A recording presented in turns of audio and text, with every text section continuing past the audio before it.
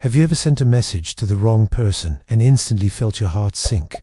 Most people have done it at least once, and usually it's nothing serious, maybe a joke sent to the wrong friend or a reminder sent to the wrong group chat. But imagine if the message was something deeply emotional, something you only meant to send to someone you lost. And imagine that, instead of going to that person's old number, it went straight to your boss. That is exactly what happened to Ethan Walker, a 36-year-old single father who had already been carrying more weight than most people realized. He was balancing work, caring for his daughter, and trying to survive the overwhelming loneliness he felt after losing his wife, Grace, 2 years earlier. What started as an accidental message turned into a moment that changed the direction of his life. But before we get to that moment, let's go back to where everything began. Ethan was sitting alone on his couch late one evening. His daughter, Sophie, had just gone to bed after crying herself to sleep. Earlier that night had been her school talent show. She had performed well, but watching the other mothers help their daughters backstage had quietly reopened the wound. She carried Sophia, missed her mother every day, but moments like this made the absence even heavier.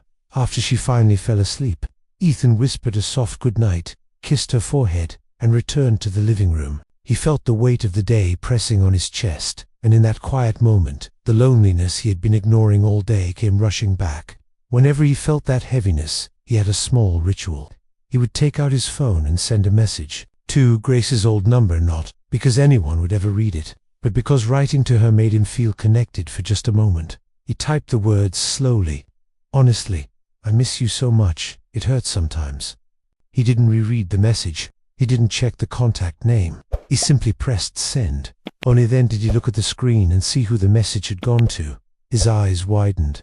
His breath stopped. It wasn't Grace's old number. He had accidentally sent the message to Olivia Carter, his boss. Ethan panicked immediately. His heart pounded. His hands began to shake. Olivia was strict, serious, highly respected in the marketing world, and known for never mixing work with personal matters. This message was absolutely the last thing he ever wanted her to see. "No, no, no," he muttered under his breath. He quickly began typing an explanation, desperate to fix the mistake before she saw it. But just as his fingers hovered over the keyboard, 3 dots appeared on the screen. She was already replying. Ethan dropped the phone onto the couch as if it burned him. He ran his hands down his face and felt embarrassment wash over him like a wave. He had always been careful, respectful, and professional with Olivia. Now this. He avoided looking at the phone for several minutes. When it chimed, he still didn't look at it. Instead, he checked on Sophie again. She had finally relaxed into a peaceful sleep, her small hand resting on the picture of her mother she kept beside her bed. The sight of her breaking down earlier echoed in his mind. He knew she needed comfort. Truthfully, he needed it too. That grief, that exhaustion, had driven him to pick up his phone and text Grace's number.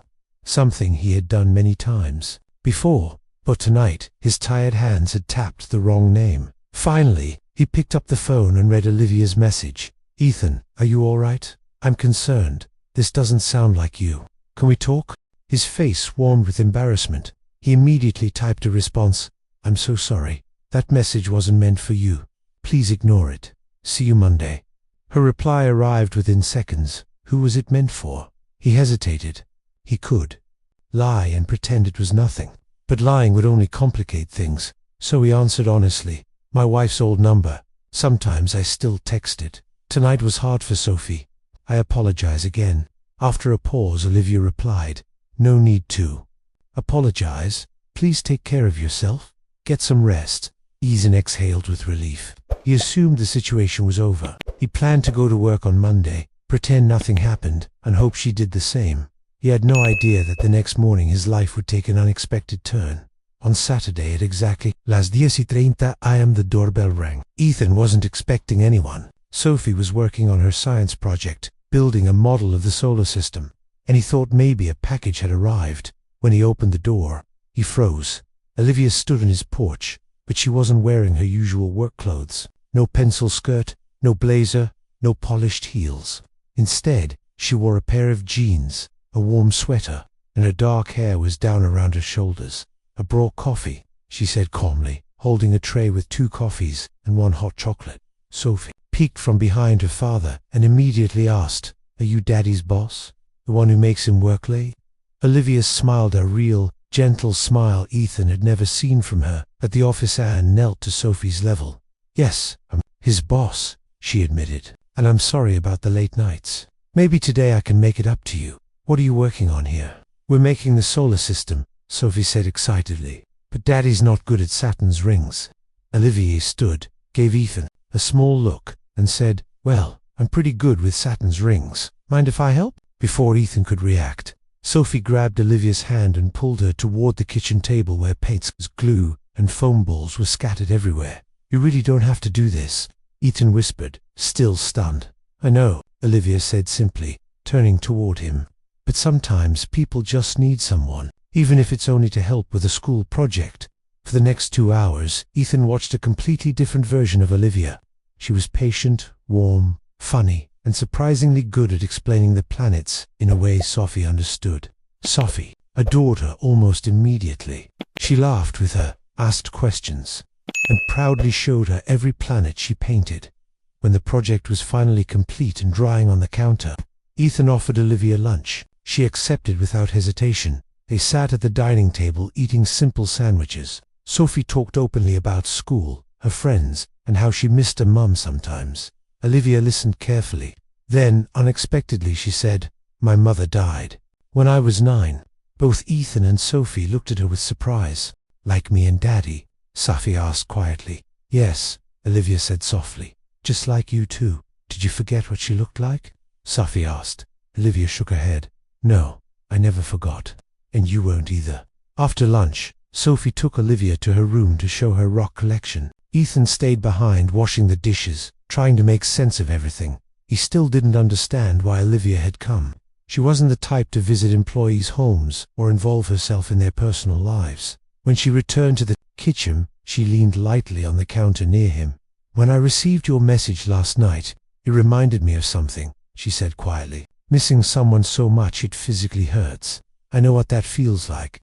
She explained that her husband Michael had passed away 5 years earlier. She had thrown herself into work because it was the only thing she felt she could control. She didn't talk about it at work because she didn't want anyone to see her differently. Ethan was silent for a moment. He hadn't known any of this. He only knew Olivia as a strict, serious boss, but now he saw a different side of her, one shaped by loss, pain, and resilience. Sophie returned, full of energy. "Can Olivia come to the park with us? We go every Saturday." Ethan opened his mouth to let Olivia politely decline, but instead she said, "I'd love to, if your dad is okay with it." He nodded, still processing how his morning had changed so quickly. The three of them walked to the park together. Sophie ran ahead, excitement bubbling inside her. Olivia helped push her on the swings, raced her down the slide, and helped her build an elaborate sandcastle near the playground. Ethan watched them from a distance, and for the first time in a long time, he felt something warm and hopeful inside him. Seeing Sophie laugh freely made him emotional. As the sun began to set, they headed back home. Sophie clung to Olivia and said, "Can you come tomorrow too? We're going to Grandma Maggie's house. You could come. You can be family too. Daddy gets lonely sometimes." Ethan's face turned red. "Sophie, it's all right," Olivia said kindly. "She's being honest." Before she left, Olivia handed Ethan a small business card with her personal number written on the back, "In case you ever want to text the right person," she said gently. That night, after Sophie fell asleep and the house felt quiet again, Ethan picked up his phone and typed a message to Olivia. "Thank you for today." Sophie hasn't stopped smiling. "I haven't seen her this happy in a long time." She responded almost immediately, "I haven't been this happy in a long time either." Over the next few weeks, Olivia became a steady presence in their lives. She joined Sunday dinners at Maggie's house.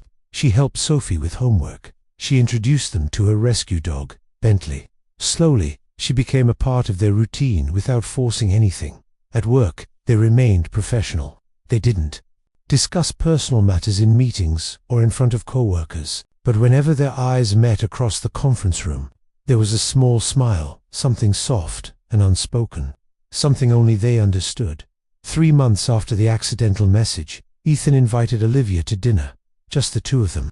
It talked for hours about Grace, about Michael, about the fear of moving on, and the guilt that sometimes came with healing.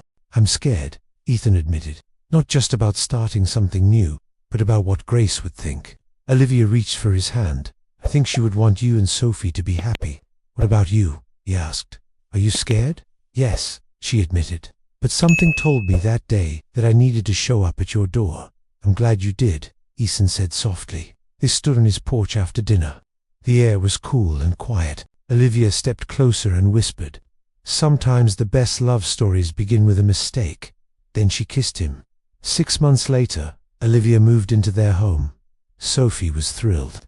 She helped Olivia decorate her home office and insisted they adopt another dog so Bentley would have a friend. Maggie supported their relationship fully. She even told Ethan that she believed Grace would have approved. Ethan cried when she said that. On the 1-year anniversary of the accidental text, Ethan took Olivia back to the park where their first day together had happened. As the sky turned orange and pink, he kneeled in front of her. "Loving you doesn't replace what I had with Grace," he said. "It honors it. You came into our lives when we needed someone the most. You helped both me and Sophie heal." He opened a ring box. "Will you marry me, Olivia?" She covered her mouth as tears streamed down her face. "Yes, 1,000 times yes." Later that evening, Sophie texted them from home. Did she say yes? They replied together. She said yes. We're coming home together. A year later, Olivia walked down the aisle in a simple, beautiful dress.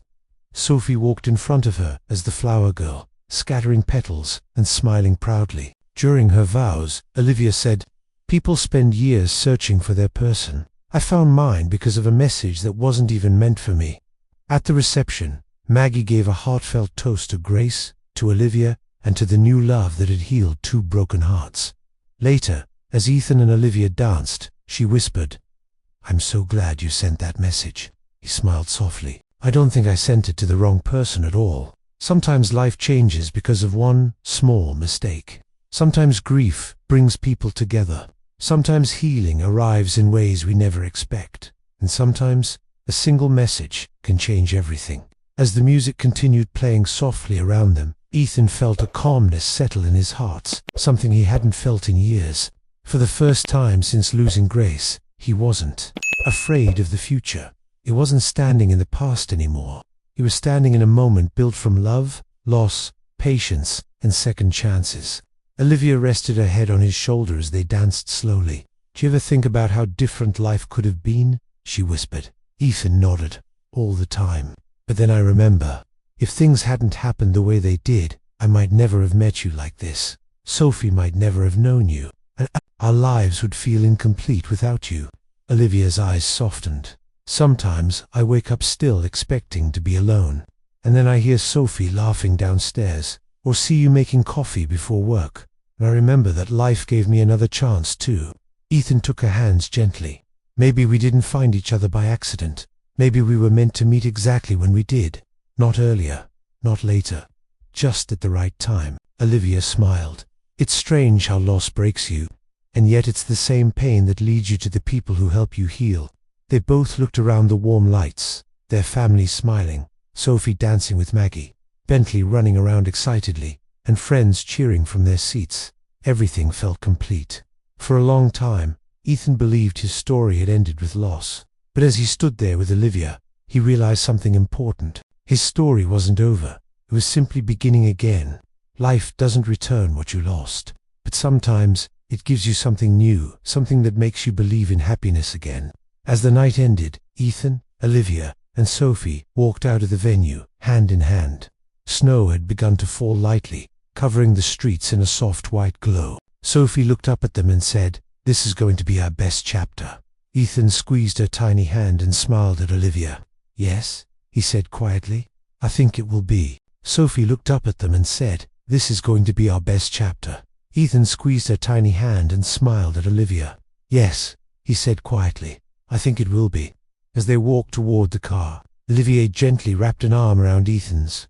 The cold evening breeze brushed past them, but none of them felt it. They were warm in a way that had nothing to do with the weather. It came from knowing they finally had each other. Sophie skipped a few steps ahead, humming the same song they had danced to. She twirled around, her dress spinning lightly, her laughter floating in the night air. Ethan watched her and felt a deep sense of peace settle inside him. Olivia leaned her head against his shoulder for a moment. "You know," she said softly, I spent so long thinking I didn't have a future to look forward to. But now, I'm excited about what comes next." Ethan looked at her, his voice gentle. "We'll figure everything out, together, one day at a time." Olivia nodded, her eyes warm. "We already started writing that new chapter tonight." Sophie ran back to them and grabbed both their hands. "Come on, let's go home. Grandma Maggie is waiting to hear everything." Ethan laughed softly and squeezed both their hands. "Then let's go home." Together, the three of them walked forward into the soft snow, into a quiet night, and into a future none of them had seen coming, but all of them were ready to embrace. Their story had begun with a mistake.